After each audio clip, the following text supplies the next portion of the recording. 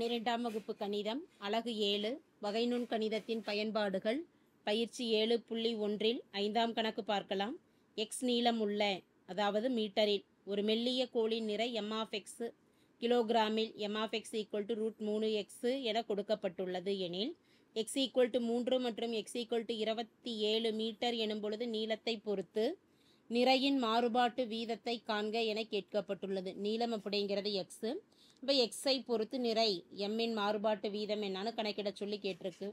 சமன்பாடானது m(x) √3 பெருக்கல் X. இதை எப்படி மாற்றி எழுதிக்கலாம்னா √ab என்பதை √a பெருக்கல் √bன்னு பிரித்து எழுதலாம். அப்போ √3x என்பதை √3 பெருக்கல் √xன்னு எழுதிக்கலாம்.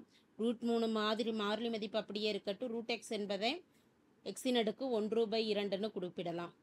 எக்ஸை பொறுத்து சமன்பாட்டை வகையிடணும். ஏன்னா எக்ஸுங்கிறத நீளத்தை பொறுத்து தான் மாறுபாட்டு வீதம் கேட்டிருக்குது. எனவே எக்ஸை பொறுத்து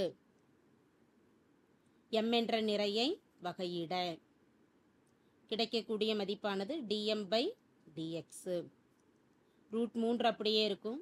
x⁻1/2க்கு x⁻n வகையீட்டு நிபந்தனையை பயன்படுத்தும் பொழுது n மதிப்பு 1/2 x⁻n-1 1/2 -1 ஆகும்.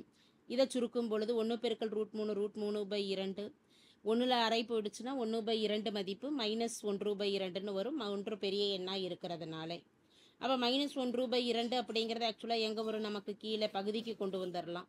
பகுதிக்கு வரப்போ ப்ளஸ்ன்னு ஆகிடும். +1/2 இப்போ √3 பெருக்கல் 2 பெருக்கல் x⁻1/2 என்பது √x ஆகும்.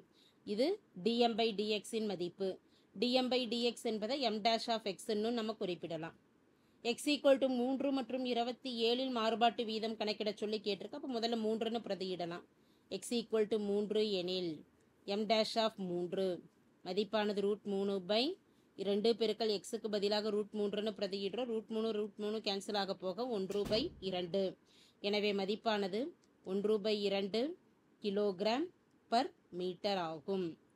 அடுத்து x 27ன்னு பிரதியிடுறோம். x 27 என பிரதியிடும் பொழுது நிறையின் மதிப்பு m'(27) √3/2 √x 2 √27 என்பதை பிரித்து எழுதிக்கலாம். எப்படி பிரிக்கலாம்?